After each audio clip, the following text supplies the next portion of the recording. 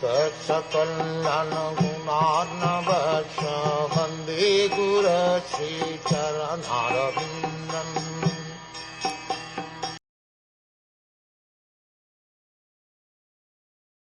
Shukdev Goswami replied, "My dear king, the cursing of the Brahmans was only a plea, but the actual fact was the supreme desire of the Lord.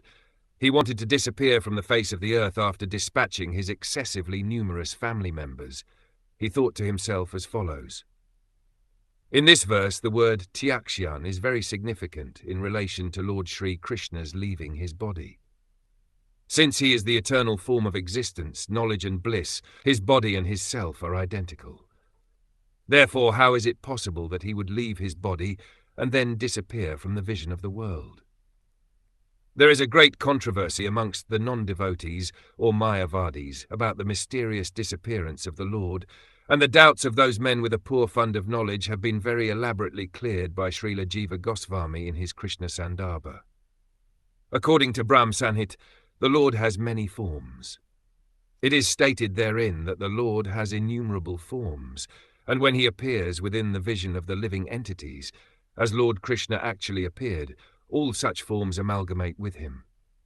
Besides all these infallible forms, he has his universal form, as manifested before Arjun on the battlefield of Kurukshetra.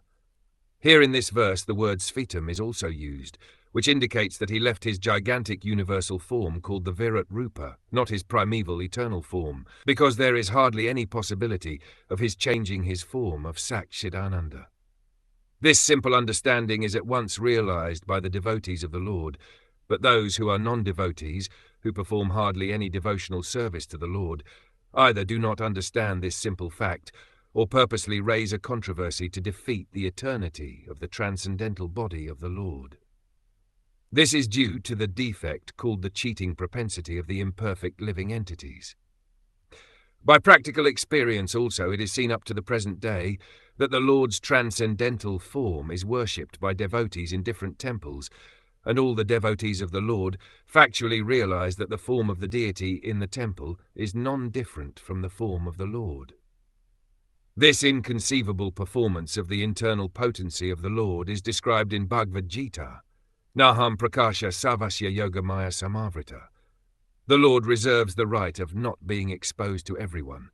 In the Padma Puran it is said, Ata Shri Krishna Namadi Na Bodhgrayam Indriyai. The name and form of the Lord cannot be perceived by the material senses, but when he appears within the vision of the mundane people, he assumes the form of the Virat Rupa. This is an additional material exhibition of form, and is supported by the logic of a subject and its adjectives.